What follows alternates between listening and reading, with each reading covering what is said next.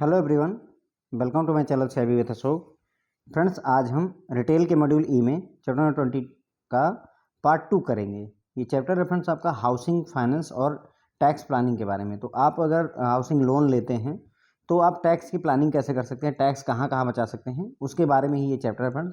उसी tax benefit from housing loan के बारे में ही हम कंटिन्यू करेंगे। तो पिछले लेक्चर में फ्रेंड्स हमने काफ़ी सारी चीज़ें देखी थी, जिसमें हमने देखा था कि सेक्शन 24B के तहत जो है मैक्सिमम 2 लाख रुपए बचाए जा सकते हैं। 80C के तहत जो है आप बचा सकते हैं 1.5 लाख रुपए। ये जो 2 लाख रुपए बचते हैं वो इंटरेस्ट पर बचते हैं, जो 1.5 लाख रुपए बचते हैं वो प्रिंसिपल रीपेमेंट पर बचते हैं। और इसी तरीके से 50,000 रुपये बचाए जा सकते थे 80EE, है ना, इसके तहत बचाए जा सकते। तो इन सब बातों के बारे में फ्रेंड्स हम पिछले लेक्चर में देख चुके हैं। अब इसमें हम कोशिश क्या करेंगे फ्रेंड्स, ये देखने की कोशिश करेंगे कि अगर कोई व्यक्ति हाउसिंग लोन लेता है तो वो कितना टैक्स भरता है और कोई हाउसिंग लोन नहीं देता तो वो टैक्स कितना भरता है। लेकिन उसके पहले मान लीजिए अगर आपने आपकी कोई प्रॉपर्टी है तो उससे कितनी इनकम हो रही है उसका कैलकुलेशन कैसे करते हैं उसके बारे में सीखेंगे। तो income chargeable to tax under the head income from house property. तो हमें मतलब अगर हाउसिंग लोन आपने लिया है तो आपको कैलकुलेट करना पड़ेगा कि आपको हाउस प्रॉपर्टी से कितनी इनकम हो रही है। तो उसका कैलकुलेशन फ्रेंड्स इस तरीके से किया जाता है। सबसे पहले आपको फाइंड करना होगा friends gross annual value, GAV। सबसे पहले आपको क्या फाइंड करना होगा, ग्रॉस एनुअल वैल्यू। फिर उसमें से म्यूनसिपल टैक्स घटाएंगे तो आपको नेट एनुअल वैल्यू मिलेगी। फिर सेक्शन 24 का डिडक्शन करते हैं और उसमें भी ये दो कंडीशंस हैं। और फिर इनकम फ्रॉम हाउसिंग प्रॉपर्टी आती है। खैर, इसमें ज़्यादा ध्यान देने की जरूरत नहीं है, बस इतना ध्यान रखिए कि हमें ग्रॉस एनुअल वैल्यू कैलकुलेट करनी पड़ती है। ग्रॉस एनुअल वैल्यू किस लिए कैलकुलेट कर रहे हैं, क्योंकि हम चाहते हैं ये जानना इनकम फ्रॉम हाउस प्रॉपर्टी कितनी हो रही है। अब यही हम सीखेंगे फ्रेंड्स कि ग्रॉस एनुअल वैल्यू कैसे कैलकुलेट की जाती है। तो देखिए, ग्रॉस एनुअल वैल्यू या GAV of a property which is let out through out the year is determined in the following manner. जिस प्रॉपर्टी को आपने किराए पर दे रखा है, लेट आउट कर रखा है, उसमें GAV ग्रॉस एनुअल वैल्यू कैसे कैलकुलेट किया जाता है। तो उसका मेथड है फ्रेंड्स कि देखिए, दो चीज़ें आपको कैलकुलेट करनी है। पहले स्टेप में compute reasonable expected rent of the property, मतलब रेंट, कितना रेंट आप एक्सपेक्ट करते हैं रीजनेबली अपनी प्रॉपर्टी से, पहले वो कैलकुलेट करिए। स्टेप 2 में आप कंप्यूट करेंगे एक्चुअल रेंट ऑफ प्रॉपर्टी, यानी कि आप कितना एक्सपेक्ट करते हैं वो कैलकुलेट किया। फिर दूसरी बार हम कैलकुलेट करेंगे एक्चुअल रेंट जितना मिलता है। फिर ग्रॉस एनुअल वैल्यू कैलकुलेट करने के लिए जो GAV होता है friends, will be higher of the amount computed under at step 1 और स्टेप 2। तो अगर मान लीजिए आपको एक्सपेक्टेड रेंट मान लीजिए 3 लाख आ रहा है और आपका एक्चुअल रेंट अगर 2 लाख रुपए आ रहा है, तो इसमें जो भी हायर होगा, ये 3 लाख अगर हायर है तो वही आपका ग्रॉस एनुअल वैल्यू होती है आपकी प्रॉपर्टी से इनकम की। क्लियर हो गया फ्रेंड्स। सबसे पहले क्या करेंगे, रीजनेबल एक्सपेक्टेड रेंट कैलकुलेट करेंगे, फिर actual rent from property calculate करेंगे, फिर ग्रॉस एनुअल वैल्यू हम कैलकुलेट कैसे करते हैं, इन दोनों में जो हायर हो वही आपका ग्रॉस एनुअल वैल्यू होती है। अब स्टेप पहला जो है, एक्सपेक्टेड रेंट कैसे कैलकुलेट करते हैं वो हम सीखेंगे। रीजनेबल एक्सपेक्टेड रेंट कैसे कैलकुलेट करेंगे, फिर एक्चुअल रेंट कैसे कैलकुलेट करेंगे, इसके बारे में भी हमें डिटेल में चर्चा करनी होगी। तो पहला स्टेप है computation of reasonable expected rent. Reasonable expected rent will be higher of the following. अब जो रीजनेबल आपका एक्सपेक्टेड रेंट होता है फ्रेंड, वो भी इनमें से आपको क्या देखना है, 3 चीजें। Municipal value of the property, आपको म्युनिसिपल वैल्यू देखनी होगी प्रॉपर्टी की। दूसरा, फेयर रेंट ऑफ प्रॉपर्टी। ये नोट 1 का मतलब आगे हम नोट 1 में पढ़ेंगे इसके बारे में, नोट 2 का मतलब आगे हम नोट 2 में पढ़ेंगे। देखिए ये रहा फ्रेंड्स, नोट 1 पढ़ेंगे, ऐसे ही नोट 2 नोट 3 में पढ़ेंगे। क्लियर हो गया। तो हमें एक्सपेक्टेड रीजनेबल अगर रेंट जो है कैलकुलेट करना है तो हमें पहला क्या करना होगा, म्युनिसिपल वैल्यू ऑफ प्रॉपर्टी हम कैलकुलेट करेंगे या देखेंगे। फेयर रेंट ऑफ प्रॉपर्टी देखेंगे। If property is covered under rent control act, अगर मान लीजिए आपकी प्रॉपर्टी रेंट कंट्रोल एक्ट के तहत कवर्ड है, then the reasonable expected rent can not exceed standard rent. तो उस केस में जो आपका रीजनेबल एक्सपेक्टेड रेंट है वो स्टैंडर्ड रेंट से ज़्यादा नहीं हो सकता है। अब इसमें कई सारे नए टर्म्स हैं, हर चीज़ नई है।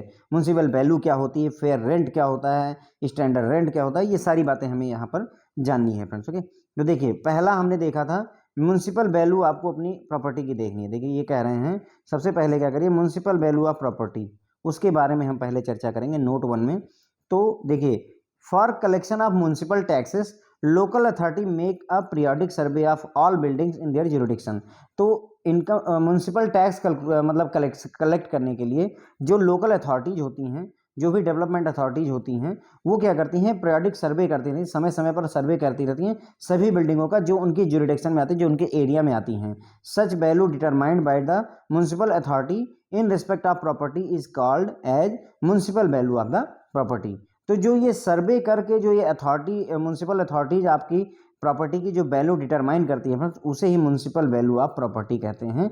यानी आपको म्युनिसिपल वैल्यू ऑफ प्रॉपर्टी अगर पता करनी है तो वो म्युनिसिपल अथॉरिटी के थ्रू ही पता चलेगी। उसके बाद में दूसरा था नोट कि हमें फेयर रेंट की मीनिंग पता करनी है ना। देखिए पहला स्टेप क्या था, रीजनेबल एक्सपेक्टेड रेंट कैलकुलेट करने के लिए म्युनिसिपल वैल्यू ऑफ प्रॉपर्टी आपको जाननी थी। तो म्युनिसिपल वैल्यू ऑफ प्रॉपर्टी हम समझ गए।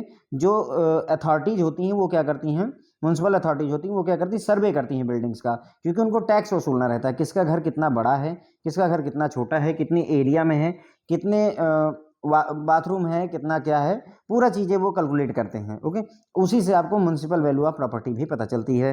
दूसरा है फेयर रेंट ऑफ प्रॉपर्टी। अब दूसरा काम हम क्या करेंगे, फेयर रेंट पता करेंगे प्रॉपर्टी का।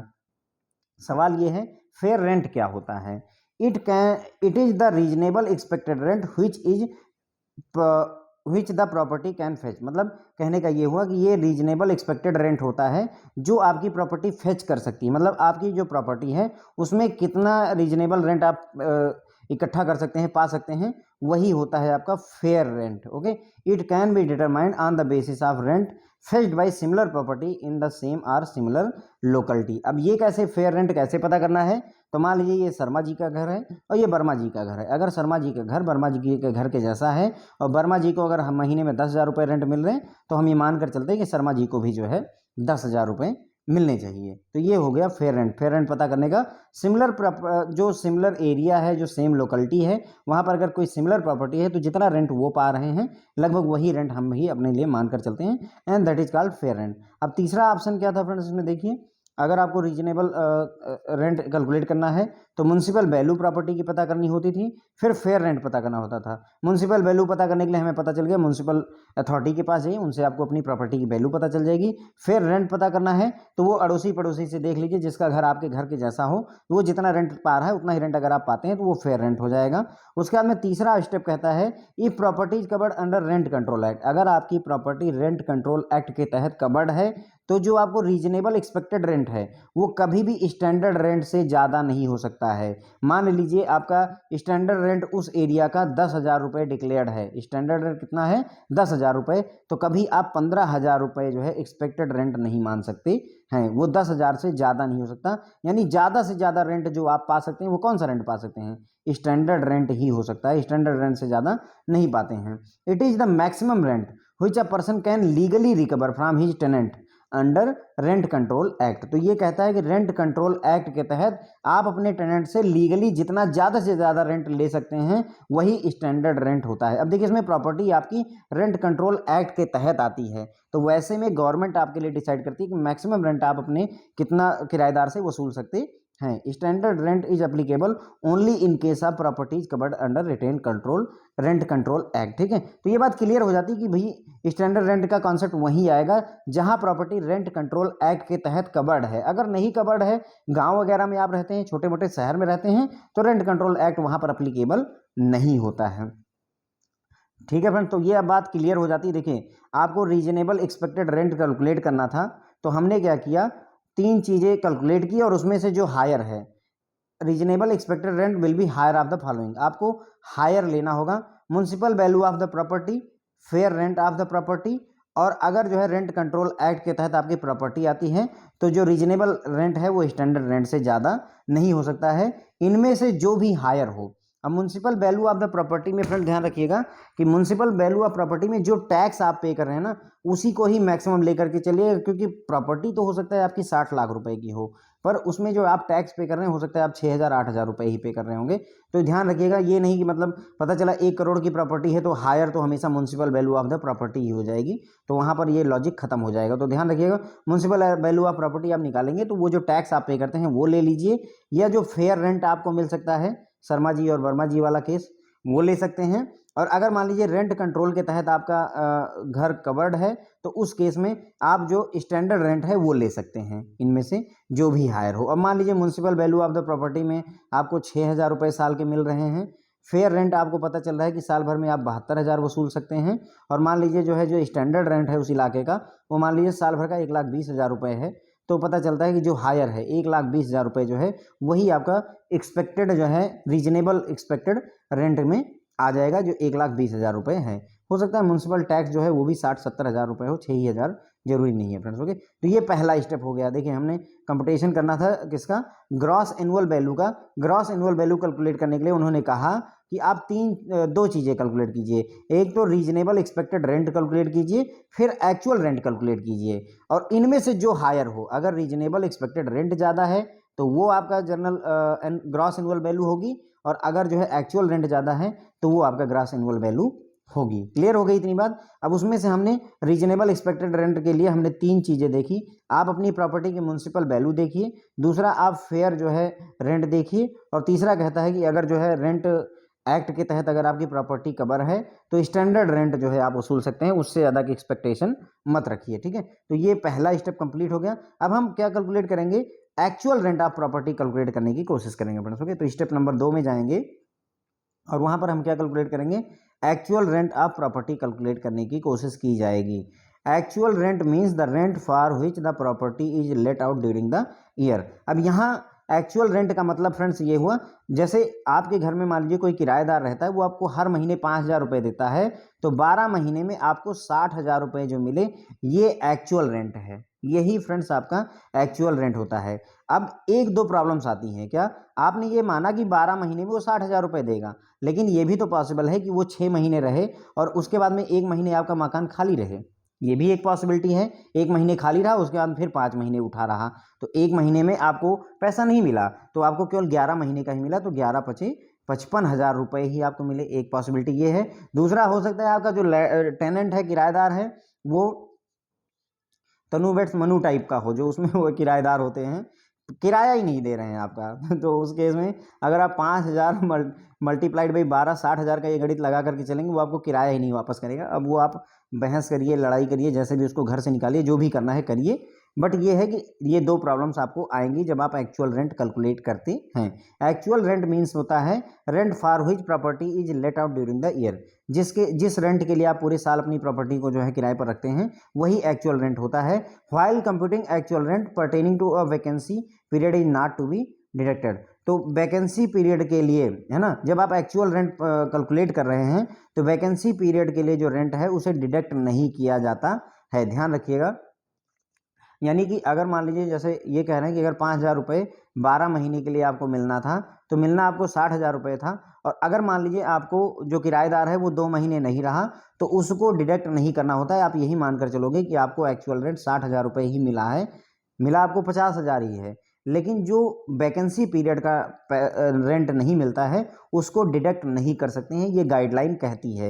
यानी मान लीजिए आपका मकान केवल 2 ही महीने रेंट पर रहा, बाकी 10 महीने आपको रेंट पर कुछ पैसा नहीं मिला, तो भी आपको यही मानकर चलना है कि हर महीने 5,000 रुपये के हिसाब से 12 के 60,000 रुपये मुझे मिले हैं फ्रेंड्स। ओके, तो ये हम डिडक्ट नहीं करेंगे, लेकिन इसमें एक कंडीशन आती है, how ever unrealised rent is to be deducted from actual rent if condition specified in this regard are satisfied। लेकिन जो आपका अनरियलाइज्ड रेंट है, अभी हम बात करेंगे अनरियलाइज्ड रेंट क्या होता है फ्रेंड्स, उसकी बात करेंगे, लेकिन समझ लीजिए कि जो देखिए एक तो वैकेंसी पीरियड में जो आपको रेंट नहीं मिला है उसको आप डिडक्ट नहीं कर सकते हैं, ध्यान रखेंगे। दूसरा, अनरियलाइज्ड रेंट को आप डिडक्ट कर सकते हैं, घटा सकते हैं। यानी कि अनरियलाइज रेंट अगर आपको नहीं मिला है, जो रेंट आपको मिला ही नहीं, उसको आप घटा सकते हैं, लेकिन यह है कि कुछ कंडीशंस होती हैं अनरियलाइज रेंट की, वो मीट होनी चाहिए। अब यहाँ हम बात कर लेते हैं कि अनरियलाइज रेंट किसे हम कहेंगे। Unrealised rent is the rent of property which the owner of property could not recover from the tenant. ये वो रेंट है फ्रेंड जो आप अपने टेनेंट से, अपने किराएदार से रिकवर नहीं कर पाते हैं। Rent not paid by tenant, जो वो किराया जो आपका किराएदार पे ही नहीं किया, उसे हम अनरियलाइज रेंट कहते हैं। क्लियर होता है फ्रेंड्स। अनरियलाइज रेंट क्या होता है, rent of property which the owner of property could not recover from tenant, यानी वो पैसा जो आप अपने किराएदार से वसूल नहीं पाते हैं, या आपका किराएदार आपको पैसा देता नहीं है, वो वाले पैसे को हम अनरियलाइज रेंट करेंगे और इसे हम डिडक्ट कर सकते हैं।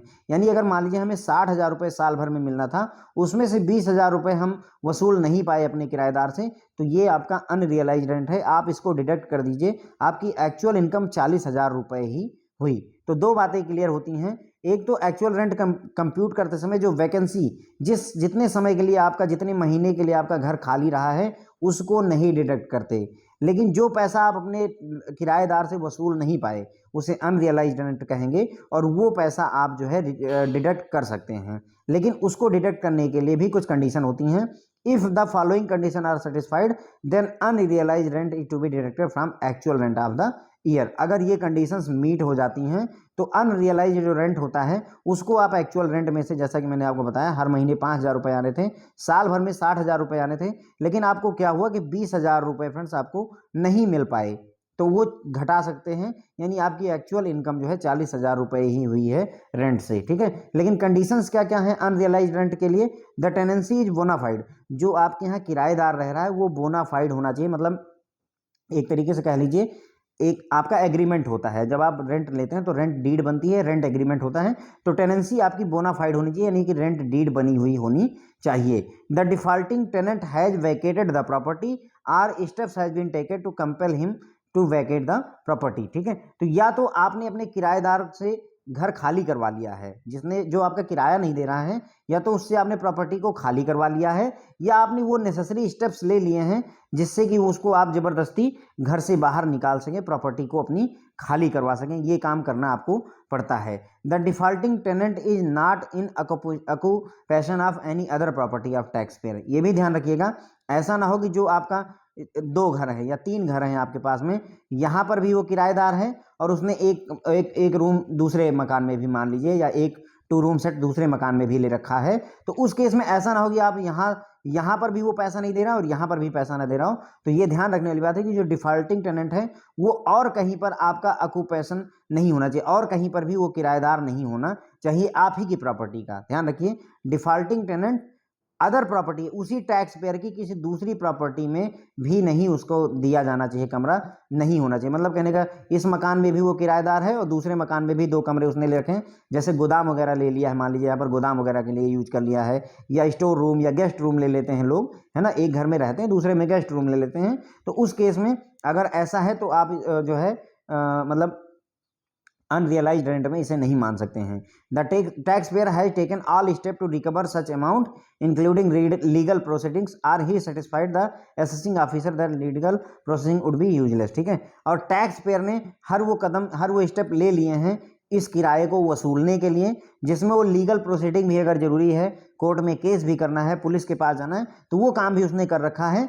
या फिर वो जो असेसिंग ऑफिसर आता है, जो आपका किराए का हिसाब किताब देखने वाला असेसिंग ऑफिसर म्युनिसिपल पार्टी की तरफ से आ रहा है, उसको आपको एश्योर करवाना होगा कि हम अगर लीगल प्रोसीडिंग भी करेंगे तो भी उसका कोई फ़ायदा नहीं है। यानी कि या तो आप वसूल लीजिए पैसा, या लीगल प्रोसीडिंग में चले जाइए, और या तो जो असेसिंग ऑफिसर उसको एश्योर करवा दीजिए, उसको संतुष्ट कर दीजिए कि हाँ भाई अगर हम जो है लीगल प्रोसीडिंग में भी जाते हैं तो भी कोई फ़ायदा होने वाला नहीं है। तो उस केस में इसे जो है हम अनरियलाइज्ड रेंट में मान सकते हैं फ्रेंड्स, ओके। तो अब हम यहाँ पर क्या कर रहे हैं फ्रेंड्स, कंप्यूट कर रहे हैं एक्चुअल रेंट फ्रॉम प्रॉपर्टी से, ठीक है।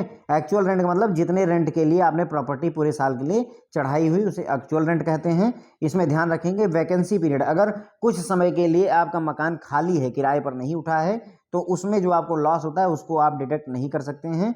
लेकिन अनरियलाइज्ड रेंट, जो आपको पैसा किराएदार से मिलना था लेकिन नहीं मिल पाया है, उस किराए को आप घटा सकते हैं, ओके। तो अब इसमें क्या होगा, जैसे मान लीजिए कई लोग क्या करेंगे, यहाँ पर फ़ायदा क्या है, मान लीजिए वैकेंसी पीरियड 2 महीने के लिए आपका किराया, 2 महीने के लिए आपका मकान खाली था, आपको 5-5 हज़ार रुपये के हिसाब से 10,000 रुपये का नुकसान हो गया। तो अब आप क्या करेंगे, वो जो 10,000 रुपये का नुकसान हुआ है उसको अनरियलाइज रेंट में दिखा देंगे, है ना, क्योंकि ये डिफाइन कर पाना कि वैकेंसी पीरियड का है या अनरियलाइज रेंट है बहुत ज़्यादा मुश्किल हो जाता है फ्रेंड्स, ओके। तो यहाँ लोग दिखा करके प्रॉपर्टी में पैसा मतलब जो है कुल मिलाकर के जैसे 60,000 रुपये कमाने थे लेकिन कमाया अगर 50,000 रुपये ही, तो वो क्या करेंगे, अब वैकेंसी पीरियड नहीं दिखाएंगे कि हमारा मकान हमेशा 12 महीने उठा रहा है लेकिन वो 10,000 रुपये हम रियलाइज नहीं कर पाए हैं, पा नहीं सके हैं अपने किराएदार से, उसमें दिखा देंगे। तो ओवरऑल 50,000 रुपये कमाए, 50,000 रुपये दिखा देंगे। मतलब इस तरीके की प्रैक्टिसेस हैं, कोई दिक्कत नहीं है इसमें, ठीक है। तो अनरियलाइज रेंट जो है वो रेंट होता है जिसको मकान मालिक जो है अपने किराएदार से रिकवर नहीं कर पाता है या किराएदार पे ही नहीं करता है। अब कौन कौन सी कंडीशन फुलफिल होनी चाहिए तभी उसे अनरियलाइज रेंट में मानेंगे? तो एक तो टेनेंसी बोनाफाइड होनी चाहिए, यानी कागज मतलब कागजात बने हुए होने चाहिए, जो रेंट डीड है वो बनी होनी चाहिए। जो डिफॉल्टिंग टेनेंट है उसने प्रॉपर्टी को खाली कर दिया है या स्टेप्स हमने ले लिए हैं उसको अपने घर से बाहर कंपेल करने के लिए, निकालने के लिए प्रॉपर्टी से, ठीक है। ऐसा ना हो कि वो किराया भी नहीं दे रहा है और उसके बाद में वो हमारे घर में रह रहा है ना। उसके बाद में जो डिफॉल्टिंग टेनेंट है वो किसी और जो है प्रॉपर्टी पे ऑक्यूपेशन ना हो उसका, मतलब किसी और प्रॉपर्टी पर भी वो किराएदार ना हो, ये चीज़ इंश्योर करना जरूरी हो जाता है। साथ ही साथ में टैक्स पेयर को इंश्योर करना होगा कि उसने सारे स्टेप्स ले रखे हैं अपने अमाउंट को किराए को रिकवर करने के लिए, जिसमें लीगल प्रोसीडिंग भी उसने कर रखी है, ठीक है। और या फिर वो अपने जो असेसिंग ऑफिसर आता है रेंट के लिए उसको जो है वो इंश्योर करवाएगा। जो ये अपना रेंट एक्ट होता है फ्रेंड, जहाँ पर रेंट एक्ट एप्लीकेबल होगा वहाँ पर असेसिंग ऑफिसर्स मिलेंगे आपको, ठीक है। तो उनको आपको इंश्योर करवाना होगा कि लीगल प्रोसीडिंग से कोई फ़ायदा होने वाला नहीं है, तभी जो है उसे अनरियलाइज रेंट माना जाएगा, ठीक है फ्रेंड। तो ये हो गया interest on loan taken for commercial property or on loan taken for business personal needs against mortgage of property by an individual हो, हिंदू अनडिवाइडेड फैमिली हो, पार्टनरशिप फर्म हो, कंपनी हो, any other person can be fully claimed as a deduction from income for rent business professional or other sources as the case में be, ठीक है। तो जो भी जो आपने होम लोन लिया हुआ है, हाउसिंग लोन लिया हुआ है, उसमें जो भी इंटरेस्ट आपने अर्न किया है फ्रेंड, जो भी इंटरेस्ट आपको पे करना पड़ा है, ठीक है, जितना भी इंटरेस्ट आप पे कर रहे हैं उस सारे रेंट को आप जो है मतलब वही इंटरेस्ट में जो 24B वाला ऑप्शन है नहीं, 24B के तहत आप जो है वो डिडक्शन में दिखा सकते हैं, कोई दिक्कत नहीं है। तो इंटरेस्ट जो है लोन, होम लोन पर या हाउसिंग लोन पर जो आपने इंटरेस्ट पे किया हुआ है बैंक को, वो सारा का सारा पैसा आप डिडक्शन में दिखा सकते हैं। अब मैक्सिमम 2 ही लाख रुपए होता है तो वो दिखा सकते हैं, कोई दिक्कत नहीं है। यहाँ पर साथ साथ ये भी ध्यान रखने की बात है कि केवल इंडिविजुअल होम लोन की बात नहीं कर रहा, ध्यान दीजिएगा। Interest on loan taken for commercial property के लिए या बिजनेस या पर्सनल नीड के लिए भी, अगर आपने घर के मोर्टगेज करवाया हुआ है, आपने क्या किया है, आपने बिजनेस लोन लिया है या पर्सनल नीड के लिए लोन लिया हुआ है लेकिन अपनी प्रॉपर्टी को मोर्टगेज करवा रखा है, यानी कि आपकी प्रॉपर्टी जो है लोन है उसमें, है ना।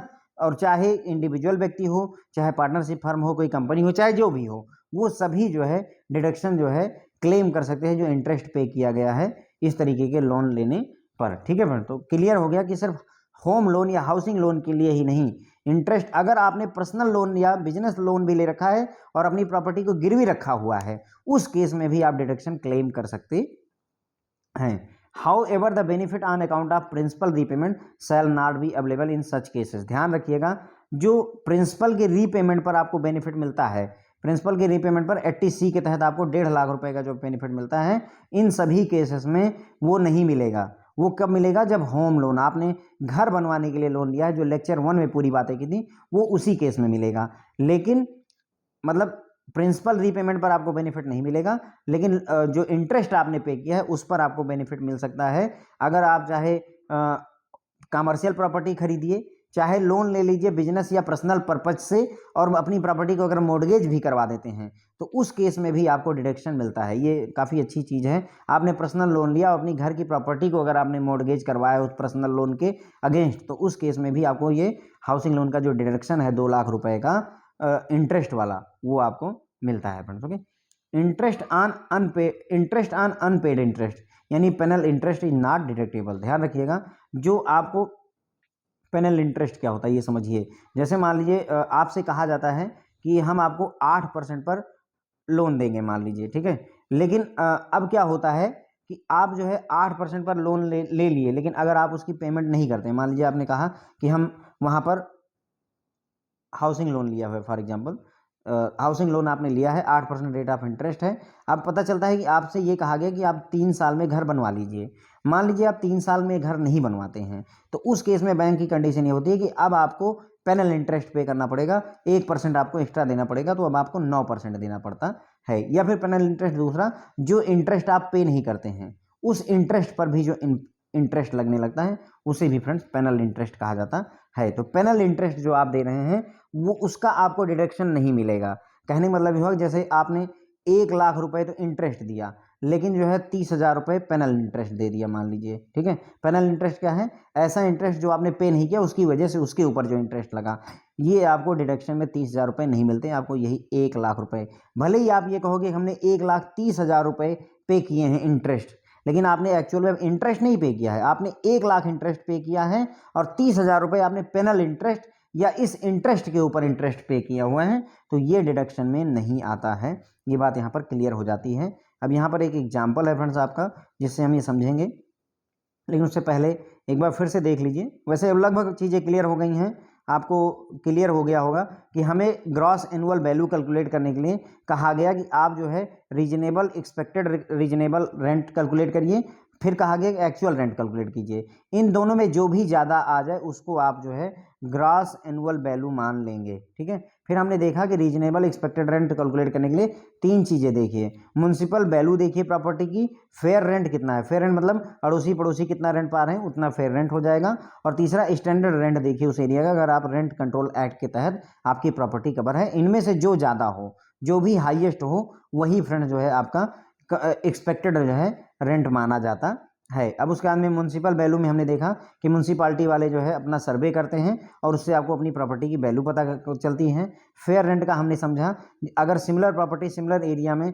जितना रेंट पा रही है उतना अगर आपको मिल जाए तो वही फेयर रेंट होता है। स्टैंडर्ड रेंट का मतलब हुआ जो जो एरिया या जो प्रॉपर्टी रेंट कंट्रोल एक्ट के तहत आती है, तो वहाँ पर लीगली डिसाइडेड जो है मैक्सिमम रेंट होता है कि मैक्सिमम कितना आप अपने किराएदार से वसूल सकते हैं। फिर दूसरा स्टेप आता है जिसमें हमें एक्चुअल रेंट कैलकुलेट करना है। एक्चुअल रेंट में हमने ये चीज़ देखी कि साल भर में जितने रेंट के लिए आपने अपनी प्रॉपर्टी को चढ़ाया है फ्रेंड, वही एक्चुअल रेंट कहलाता है। अब एक्चुअल रेंट में मान लीजिए हमने 5,000 रुपये महीने के हिसाब से 12 महीने के लिए अपने किराए पर चढ़ा दिया, तो 12 हमें कुल मिलाकर के 60,000 रुपये मिलने थे। अब उसमें प्रॉब्लम्स क्या क्या आती हैं?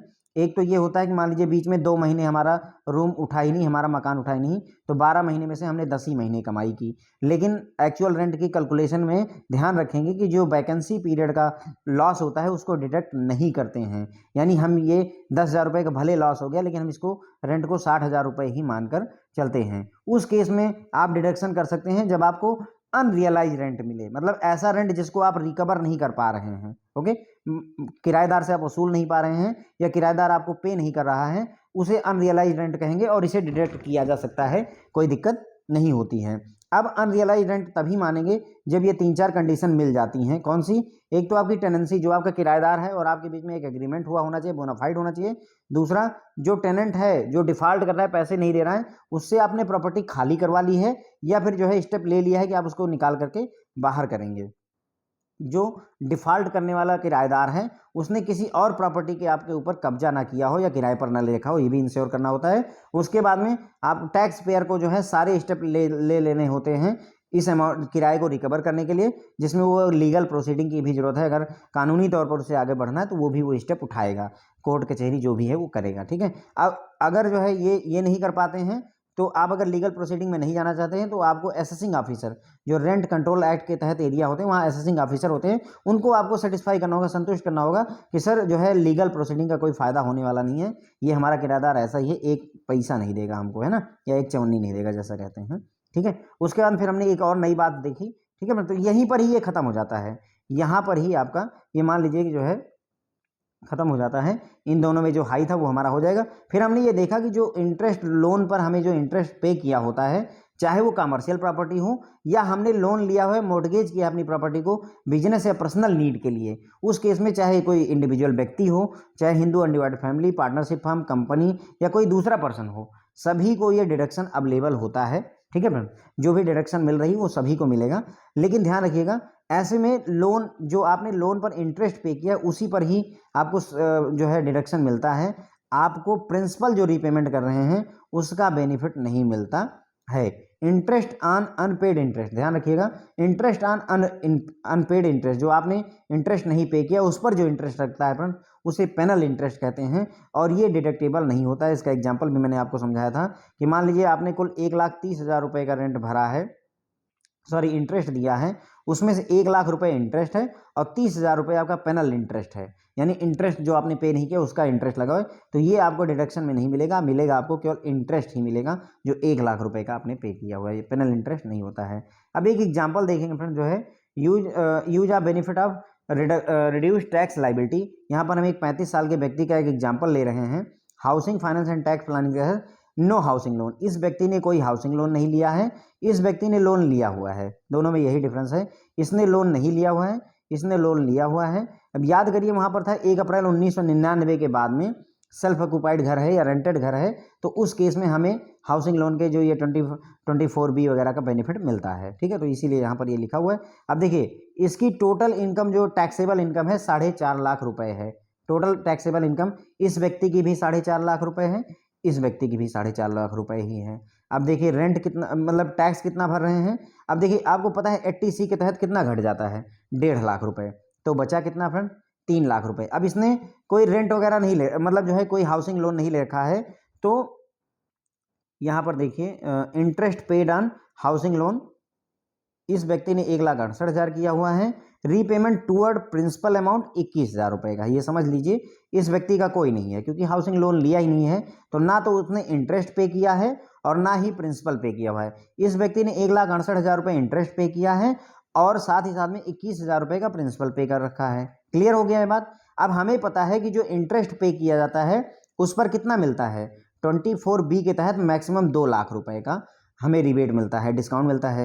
1,68 है तो पूरा का पूरा एक्सेप्ट कर सकते हैं, 2 लाख से ज़्यादा होता है, मान लीजिए यहाँ 3 लाख लिखा होता है 1,68 की जगह पे, तो हम 2 ही लाख लेते, लेकिन लिखा कम है, केवल 1,68,000 रुपये लिखा है, 2 लाख से कम है, तो पूरा का पूरा एक्सेप्ट कर लेंगे। अब उसके बाद में दूसरा देखिए, repayment towards principal from housing loan 21,000 रुपये का है। अब ये बताइए 80C के तहत जो आपने प्रिंसिपल की रीपेमेंट की है, 80C के तहत आपको इस 21,000 रुपये का बेनिफिट मिलना चाहिए, पर क्या मिलेगा, नहीं मिलेगा। अब आप बोलोगे सर ऐसा कैसे हो सकता है, हमें मिलना तो चाहिए भाई, 1.5 लाख का मिलना चाहिए। तो ध्यान रखिएगा कि ये जो है जो 80C के तहत 1.5 लाख रुपए का मैक्सिमम डिडक्शन पॉसिबल है और वो पहले ही ले चुका है। मैंने आपको समझाया था कि यदि आप 1.5 लाख रुपए, मान लीजिए 50,000 रुपये आपने PPF में जमा किया और 1 लाख रुपए अगर मान लीजिए आपने उठा करके सुकन्या समृद्धि में डाल दिया, तो कुल मिला करके आप 1.5 लाख का रिबेट ले चुके हैं। अब ये जो आप रीपेमेंट कर रहे हैं प्रिंसिपल का, उसका बेनिफिट अब आपको नहीं मिलेगा। अगर उसका बेनिफिट इस 21,000 का बेनिफिट लेना है तो आप 80C के तहत 1,20,000 रुपये जमा करिए ना, 1.5 लाख मत जमा करिए, केवल 1,20,000 रुपये जमा करिए, फिर 30,000 रुपये जो बचेगा उसमें से 21,000 रुपये ये भी यूज हो जाता है। तो आई होप ये अब क्लियर हो गया होगा। एक तो कुल 4.5 लाख रुपये कमाया, उसमें से 1.5 लाख रुपए 80C के तहत जो है इसको बेनिफिट मिल गया, बचा कितना, 3 लाख रुपए। 4.5 लाख में से 1.5 लाख घटाएंगे, 3 लाख रुपए बचे। अब 3 लाख रुपए पर जो भी टैक्स लगा हो, ये सारी कहानी नहीं पढ़ी है यहाँ। फाइनेंशियल ईयर 2017-18 की बात थी, तो उसको कुल मिलाकर के 5 लाख रुपए का 5,000 रुपए का टैक्स देना पड़ गया फ्रेंड्स। ओके, ये कैसे आया है वो कैलकुलेशन मायने नहीं रखता, मायने ये रखता है कि आपकी अंडरस्टैंडिंग क्या हो रही है। 4.5 लाख रुपए टोटल कमाई थी, 1.5 लाख रुपए 80C के तहत क्लेम किया, बचा 3 लाख रुपए। अब जैसे करंट टाइम पे जो अभी जो इनकम टैक्स स्लैब चल रही है उसके हिसाब से कैलकुलेट करके देखिए कि अगर आपकी जो इनकम बचती है 3 लाख रुपए, तो उस पर आपको कितना टैक्स देना पड़ेगा। ठीक है, उस समय पर उसने 5,000 रुपए दिए। उसी जगह पर दूसरा व्यक्ति जिसने हाउसिंग लोन लिया था, ये व्यक्ति जिसने हाउसिंग लोन लिया था, उसने क्या किया, 4.5 लाख रुपए का कमाई थी, 1.5 लाख का 80C के तहत फायदा लिया उसने। ठीक है, अब 80C के तहत चूंकि वो 1.5 लाख रुपए ले चुका था, इसलिए ये जो प्रिंसिपल वाला है इसका कोई फायदा उसको मिला नहीं, भले ही इसका कोई फायदा नहीं मिला। ध्यान रखिएगा, रीपेमेंट टुवर्ड प्रिंसिपल ये कैलकुलेट नहीं करेंगे हम। क्यों नहीं करेंगे, मैंने आपको समझाया कि ये भी 80C का ही पार्ट है। 80C में आप 1.5 लाख पहले ही ले चुके हैं, 80C में आप टोटल 1.5 लाख ले सकते हैं। तो अगर 1.5 लाख ले चुके हैं तो 21,000 का कोई मतलब नहीं है। ठीक है, ये आप मान लीजिए यहाँ 5 लाख भी होता तो भी कोई फायदा नहीं, क्योंकि आप 1.5 लाख ऑलरेडी ले चुके हैं, एक पैसा भी अब आपको बेनिफिट इसमें नहीं मिलने वाला है। लेकिन उस व्यक्ति को फायदा हुआ इंटरेस्ट वाले में। 24B के तहत वो 2 लाख रुपए तक का रिबेट ले सकता था और उसने 1,68,000 रुपए का जो इंटरेस्ट पे किया, अब ये उसके डिडक्शन में आ गया। 1,68,000 रुपए, जब आप ये 3 लाख रुपए बचा था ना, देखिए यहाँ पर 4.5 लाख रुपए में से 80C वाले 1.5 लाख चले गए, फिर 1,68,000 और घटाएंगे तो पता चलेगा आपको टोटल बचत जो है वो 1,32,000 रुपये की टोटल आपकी बचत है। तो आपकी टोटल बचत 1,32,000 रुपये की हो जाती है फ्रेंड्स। ओके, तो यानी कहने मतलब 1,32,000 रुपये पर ही अब आपको टैक्स देने की जरूरत पड़ती है। इसको कितने पर टैक्स देना पड़ रहा है? 3 लाख पर। इसको कितने पर देना पड़ रहा है? 1,32,000 रुपये पर। अब आप डिफरेंस देखिए, खुद महसूस कीजिए कि अगर आपके पास में होम लोन है तो कितना फायदा हो रहा है। 1,68,000 रुपये पर और टैक्स नहीं देना पड़ा, ठीक है। और उसको जो उस फाइनेंशियल ईयर में 1,32,000 रुपये पर कोई टैक्स देने की जरूरत नहीं पड़ी है फ्रेंड्स। ये सारी चीज़ें उन्होंने यही समझाई हुई है, जो मैंने आपको समझाया हुआ है वही समझाया हुआ है इन्होंने नीचे लिख करके। तो वो कोई कंसर्न नहीं है। मेरा कहने मतलब ये है कि हाउसिंग लोन यदि आप लेते हैं तो बेनिफिट होता है। देखिए 24B के तहत आपको ये जो 2 लाख रुपए एक्स्ट्रा मिलते हैं। 80C तो लगभग 1.5 लाख हर कोई कर लेता है, लेकिन 24B का एक्स्ट्रा बेनिफिट होकर के आप अपना बहुत सारा टैक्स बचा सकते हैं फ्रेंड्स। तो ये हो गया यहाँ पर एग्जाम्पल हमारा। आई होप आपको क्लियर हो गया होगा, इसमें कुछ ज़्यादा रॉकेट साइंस नहीं है। कोई हाउसिंग लोन नहीं है। 4.5 लाख रुपए कुल कमाया था, इनकम टैक्स के दायरे में 4.5 लाख रुपए है। 1.5 लाख रुपए 80C के तहत बचाए, कुल मिलाकर के वो घट करके बचा 3 लाख रुपए। 3 लाख रुपए उसको 5,000 रुपए का टैक्स देना पड़ा। करंट टाइम पे जो टैक्स स्लैब होगी उस हिसाब से देना पड़ेगा। दूसरा व्यक्ति है, उसने 4.5 लाख रुपए उसकी भी जो है ITR इनकम थी। 1.5 लाख रुपए 80C में बचाए और 24B के तहत जो इंटरेस्ट पे किया 1,68,000 वो भी बचा लिया। 21,000 रुपये का उसको फायदा नहीं मिला है। लेकिन यदि कोई दूसरा क्वेश्चन हो, मान लीजिए यहाँ 4.5 लाख रुपए हो, ये व्यक्ति मान लीजिए 1 ही लाख रुपए 80C में बचाता तो 1 लाख ये लेते प्लस 21,000 ये भी लेते। अब उसका जो ये घटाते हम 4.5 लाख में से 1,21,000 रुपये घटाते फ्रेंड्स, है ना उस केस में। फिर उसके बाद 1,68,000 रुपये और घटाते। 1,21,000 80C के तहत घटाते, 1,68,000 24B के तहत घटाते। फिर यहाँ पर हम पहुँचते कि हाँ इतना उसकी इनकम, टैक्सेबल इनकम इतनी हो गई और फिर उस पर टैक्स लगाते। ऑब्वियसली बहुत क्लियर सी बात है कि इस व्यक्ति को 3 लाख पर देना है, इस व्यक्ति को 1,68,000 रुपये जो टैक्स पे किया था, इंटरेस्ट पे किया था, सॉरी जो इंटरेस्ट पे किया था उसका पूरा का पूरा पैसा बच गया और उससे उसको टैक्स में बहुत सारा बेनिफिट हो गया। तो क्लियर हो जाती है ये बातें।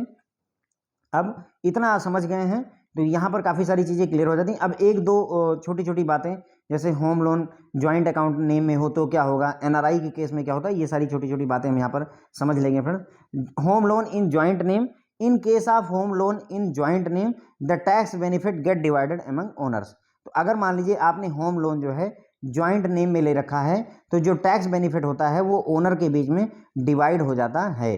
Division take place in same proportion in which asset is own by each co applicant. जो टैक्स होता है फ्रेंड, वो जो division takes place in same proportion, asset मतलब एसेट की ओनरशिप, मान लीजिए एक एसेट की ओनरशिप 60-40 की है तो जो टैक्स है वो भी 60-40 के रेशियो में ही बढ़ जाएगा। अगर मान लीजिए हस्बैंड और वाइफ ने 50-50 के रेशियो में लोन ले रखा है ना, ओनरशिप जो है मकान की जो ओनरशिप है 50% इसकी है, 50% वाइफ की है, 50% हस्बैंड की है, तो उस केस में जो टैक्स होगा वो भी 50-50% ही बढ़ जाता है। तो वही कह रहे हैं कि जिस प्रोपोर्शन में आपका ओनरशिप होगी एप्लीकेंट की, लोगों की, उसी प्रोपोर्शन में ही जो है टैक्स बढ़ता है।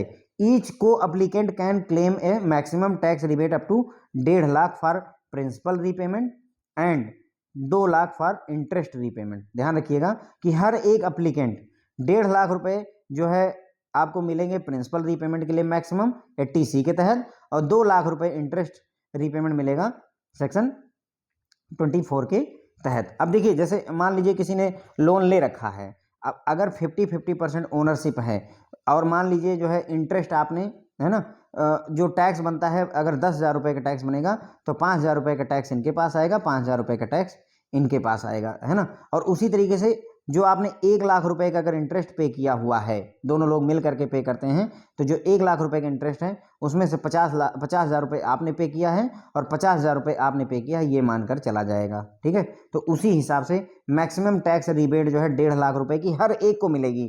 इनको भी 1.5 लाख की मिलेगी, उनको भी 1.5 लाख की मिलेगी प्रिंसिपल रीपेमेंट के लिए, और 2 लाख रुपए की हर एक को मिलेगी सेक्शन 24B के तहत। इनको भी 2 लाख की मिलेगी, उनको भी 2 लाख रुपए की मिलेगी friends. Okay, The very first condition in house property has to be bought by individual jointly and this should be in their joint name। अगर आपको ये बेनिफिट लेना है तो भाई जो प्रॉपर्टी है वो जॉइंटली खरीदिए, है ना, और आपके जॉइंट नेम में हस्बैंड वाइफ अगर मान लीजिए स्पाउस है तो दोनों के जॉइंट नेम में होनी चाहिए। The share of each share holder should be clearly mention so that absolute clarity and percentage ownership of each को ओनर, मतलब कहने का ये है कि जो कितने परसेंट की ओनरशिप है, 50% की ओनरशिप है या 40-60% की ओनरशिप है, ये चीज़ क्लियरली लिखी हुई होनी चाहिए जब आप प्रॉपर्टी खरीदते हैं, ताकि जो है हर एक की ओनरशिप का परसेंटेज क्लियर रहे। Benefit if available under 80EE है ना, आल्सो भी क्लेम इंडिविजुअली। अब ध्यान रखिएगा कि अगर 80EE के तहत बेनिफिट किसको मिलना था, याद करिए 1 अप्रैल 2016 से लेकर के 31 मार्च जो है 2017 के बीच में जिन लोगों ने घर खरीदा था उनको 80EE के तहत 50,000 रुपये का रिबेट मिलने वाला था। तो ये रिबेट भी 50,000 का दोनों लोगों को अलग अलग मिलेगा। तो कहने का मतलब ये हुआ कि अगर हम देखें तो देखिए 2 लाख रुपए का तो यहाँ पर आप इंटरेस्ट पर कर सकते हैं, तो 2 लाख रुपए का इसने किया, 2 लाख रुपए का दूसरे व्यक्ति ने किया, या ज्वाइंट नेम में हस्बैंड वाइफ ने किया। 50,000 रुपये का और भी कर सकते हैं, ये भी 50,000 रुपये का ये भी, तो ओवरऑल 5 लाख रुपए का इंटरेस्ट पर बचत हो सकती है। यानी अगर ये दोनों मिल करके साल में 6 लाख रुपए का इंटरेस्ट पे कर रहे हो तो उसमें से 5 लाख रुपए जो है दोनों मिल करके बचा सकते हैं। 1 ही लाख रुपए इंटरेस्ट पर अब उनको ब्याज देने की जरूरत रहेगी या टैक्स देने की जरूरत रहेगी। क्लियर हो जाता है फ्रेंड। तो होम लोन अगर ज्वाइंट नेम में है तो हमें क्लियर हो गया, अगर होम लोन ज्वाइंट नेम में है तो जो टैक्स बेनिफिट हैं वो उनके बीच में डिवाइड हो जाते हैं, उसी रेशियो में डिवाइड होते हैं टैक्स बेनिफिट जिस रेशियो में उनकी एसेट की ओनरशिप होती है या जिस रेशियो में मकान की ओनरशिप उनके पास होती है। मैक्सिमम रिबेट कितना मिलेगा, तो 1.5 लाख हर एक व्यक्ति को मिलता है प्रिंसिपल रीपेमेंट के लिए मैक्सिमम 80C के तहत, और 2 लाख रुपए हर एक एप्लीकेंट को मिलेगा ज्वाइंट नेम में, है ना, सेक्शन 24 के तहत या 24B के तहत। बस जो प्रॉपर्टी है वो ज्वाइंट नेम में होनी चाहिए, है ना, और ज्वाइंटली परचेज की जानी चाहिए, और हर एक में ओनरशिप कितने परसेंट शेयर की है ये चीज़ क्लियरली स्टेटेड होनी चाहिए। और अगर 80EE का बेनिफिट अगर मिलना है, उन्होंने घर उस टाइम फ्रेम में खरीदा है 1 अप्रैल 2016 से लेकर 31 मार्च 2017 के बीच में, तो 80EE के तहत जो बेनिफिट 50,000 रुपये का इंटरेस्ट पर मिलने वाला था वो भी इनको मिलेगा फ्रेंड्स। ओके, उसके बाद में ये है answer to the quiz. Last page पर 3 क्वेश्चन है फ्रेंड्स, उनके आंसर यहाँ पर दिए हुए हैं, तो अभी हम नीचे क्वेश्चन डिस्कस कर लेंगे, लेकिन उनके आंसर जो है फ्रेंड्स वो ये दिए हुए हैं। ठीक है, अब tax implication in respect of NRI home loan. अगर NRI होम लोन लेता है तो टैक्स का क्या इफेक्ट रहेगा।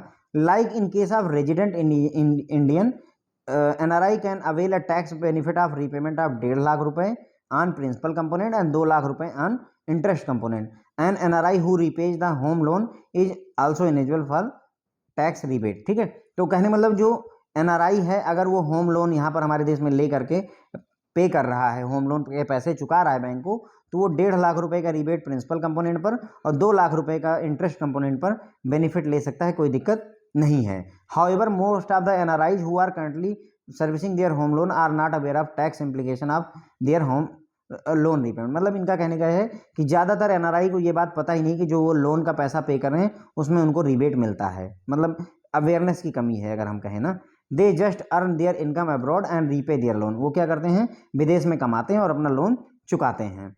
In case the salary earn abroad is only source of income. अब ध्यान रखिएगा, कंडीशन है NRI को बेनिफिट तो मिलेगा, लेकिन एक कंडीशन है कि अगर जो सैलरी उसने विदेश में कमाई है वही उसकी कमाई का इनकम का इकलौता अगर जरिया है। ठीक है, NRI does not have opportunity to claim tax exemption on home loan repayment as is not taxable in India.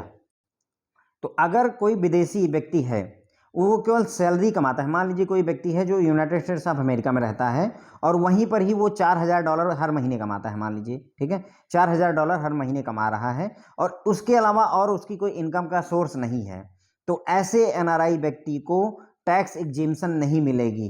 ध्यान रखिएगा, क्यों नहीं मिलेगी, क्योंकि वो हमारे देश में उसका कोई अर्निंग का सोर्स नहीं है। अगर वो भारत में कोई अर्निंग नहीं कर रहा है तो सरकार टैक्स भी कोई वसूल नहीं रही है उससे। अगर आप हमारे देश में कोई कमाई नहीं कर रहे हैं तो आपसे कौन सा टैक्स लेगी। तो अगर आप हमारे देश में टैक्स नहीं पे कर रहे हैं तो आपको टैक्स एग्जेम्पशन भी नहीं मिलेगा। क्लियर हो गया फ्रेंड। तो अगर सैलरी ही इकलौता साधन है उसकी कमाई का तो उस NRI को टैक्स क्लेम, ये जो 1.5 लाख रुपए और 2 लाख रुपए का एग्जेम्पशन है वो नहीं मिलेगा। क्यों नहीं मिलता है, क्योंकि वो जो लोन होम लोन रीपेमेंट कर रहा है वो नॉट टैक्सेबल इन इंडिया है, मतलब इंडिया में वो चूंकि कोई और कमाई है नहीं इसलिए वो कोई टैक्स पे कर नहीं रहा है। और अगर कोई टैक्स नहीं पे कर रहा है तो उस केस में उसको जो है टैक्स एग्जेम्पशन भी नहीं मिलती है। But in case if NRI earns an additional taxable income from India, लेकिन अगर NRI है वो जो उसकी सैलरी है उसके अलावा एडिशनल इनकम कमाता है जिस पर टैक्स पड़ता है, जिस पर वो टैक्स भारत सरकार को भरता है, then he is eligible to claim tax exemption for home loan repayment as available for resident home loan. तो अगर मतलब कहने का अगर केवल विदेश में कमा रहे हो कोई टैक्स बेनिफिट नहीं है। अगर आप सैलरी विदेश में कमा रहे हो उसके अलावा हमारे देश में भी इनकम कमा रहे हो और जिस पर आप टैक्स पे कर रहे हो हमारे देश में, तो उस केस में आपको क्लेम में टैक्स एग्जेम्पशन मिलता है। एनआरआई को बहुत ज़्यादा डिस्टर्ब नहीं है, इसमें दिक्कत नहीं है, क्लियर हो गया है। 1.5 लाख रुपए का प्रिंसिपल पर मिलेगा, 2 लाख रुपए का जैसे भारत में नागरिकों को मिलता है वैसे एनआरआई को मिलेगा, कोई दिक्कत नहीं है। लेकिन एनआरआई को इस बारे में ज़्यादा अवेयरनेस नहीं होती है। वो क्या करते हैं, विदेश से पैसा कमाते हैं और अपना लोन भर देते हैं, उनको ये नहीं पता कि उनको ऐसा एग्जेम्पशन भी मिलता है। लेकिन उसमें कंडीशन भी है कि अगर सैलरी जो विदेश में कमा रहे हो अगर वही इकलौता इनकम का साधन है तो ऐसे एनआरआई जो है टैक्स बेनिफिट नहीं पाते, टैक्स एग्जेम्पशन उनको नहीं मिलती है, क्योंकि जो भी इनकी अर्निंग है हमारे देश में उस पर कोई अर्निंग ही नहीं हमारे देश में, तो कोई टैक्स भारत सरकार को नहीं पे करते हो।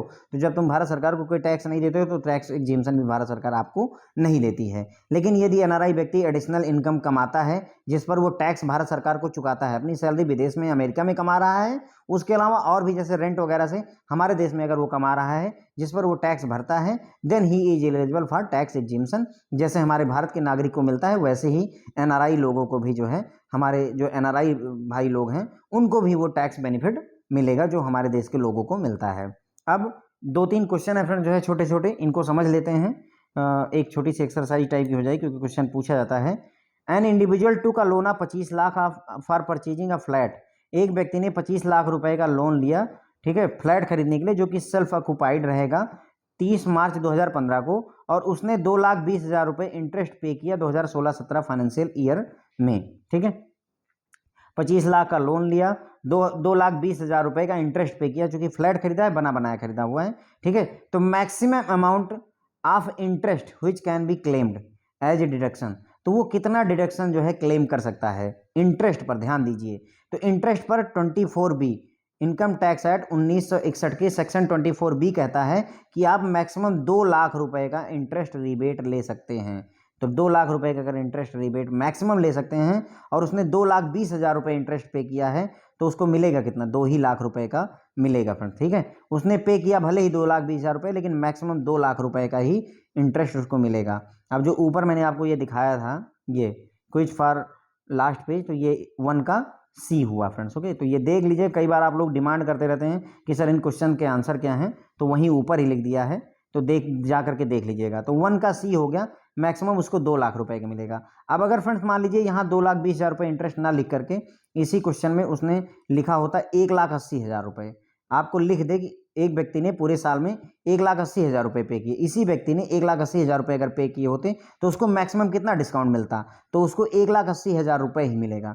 मैक्सिमम 2 लाख मिल सकता है, लेकिन यदि आपने 2 लाख से कम पे किया है तो जितना आपने पे किया है वही मिलेगा, तो इस व्यक्ति को 1,80,000 रुपये मिलता। अब इस व्यक्ति ने क्या किया है, ज़्यादा पे कर दिया, 2,20,000 रुपये पे किया है, फिर भी उसको मैक्सिमम 2 लाख रुपये का ही इंटरेस्ट पर जो है डिडक्शन मिलेगा। क्लियर हो गया फ्रेंड? देखिए इसमें कोई ज़्यादा क्वेश्चन में कठिनाई नहीं है, बस केवल लैंग्वेज है, ज़्यादा दिक्कत नहीं है। हम ये दूसरा क्वेश्चन है, husband and wife jointly raise a loan in April 2014। ठीक है, अब हस्बैंड और वाइफ ने मिलकर के एक 2014 में लोन लिया for construction of house of self occupation. The construction was completed in July 2015। अप्रैल में लोन लिया, जुलाई में कंप्लीट कर दिया। They have been paying housing loan installment of 50-50 basis, 50-50 basis पर उन्होंने जो है मतलब जो इंस्टॉलमेंट है पे कर रहे हैं, यानी आधी इंस्टॉलमेंट वो दे रहे हैं, आधी इंस्टॉलमेंट वो दे रहे हैं। During financial year 2016-17 they paid interest of 4,25,000 रुपये। ठीक है, 4,25,000 रुपये का इंटरेस्ट पे किया है। कितने का इंटरेस्ट पे किया दोनों ने मिल करके, 4,25,000 रुपये का। अब maximum interest which each of them can, देखिए क्वेश्चन की लैंग्वेज समझिएगा, दोनों पूछ रहा है कि maximum interest which each of them can claim for deduction. अब हर कोई, ध्यान रखिए, ईच ऑफ देम कह रहा है, दोनों को मिल करके कहता तो 4 लाख रुपए का डिडक्शन ले सकते हैं, लेकिन each of them maximum interest में 2 लाख रुपए का ही रिबेट ले सकते हैं। सेक्शन 24B क्लियर कहता है कि आप इंटरेस्ट पर मैक्सिमम 2 लाख रुपए का रिबेट ले सकते हैं, हर कोई। 2 लाख का हस्बैंड भी ले सकता है, 2 लाख का वाइफ भी ले सकती है। तो ये पूछ रहे हैं कि ईच ऑफ देम के लिए पूछ रहे हैं, तो 2 लाख रुपए होगा फ्रेंड। 2 लाख रुपए का हस्बैंड को भी मैक्सिमम मिल सकता है और 2 लाख रुपए का मैक्सिमम वाइफ को भी मिल सकता है। अब अगर ये पूछता कि मैक्सिमम कितना टैक्स डिडक्शन मिल सकता है, तो 4,25,000 रुपये भले ही पे किए हैं,